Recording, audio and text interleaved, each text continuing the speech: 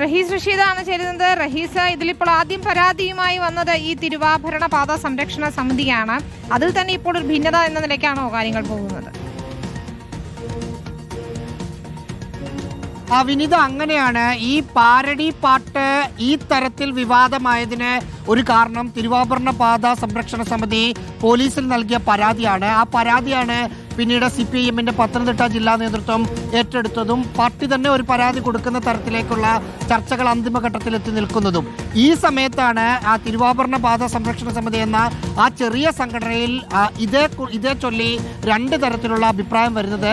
K Haridas എന്ന ആളാണ് അതിൻ്റെ നിലവിലെ പ്രസിഡന്റ്. അദ്ദേഹം പറയുന്നത് സംഘടനയുടെ അറിവോടുകൂടിയല്ല ഈ തരത്തിലൊരു പരാതി നൽകിയതെന്നാണ്.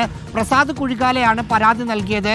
അദ്ദേഹത്തിന് സംഘടനയുമായി ബന്ധമില്ല എന്ന് പറയുമ്പോൾ പ്രസാദ് കുഴികാല പറയുന്നത് ഈ സംഘടന ഉണ്ടാക്കിയ ആള് തന്നെ ഞാനാണ്.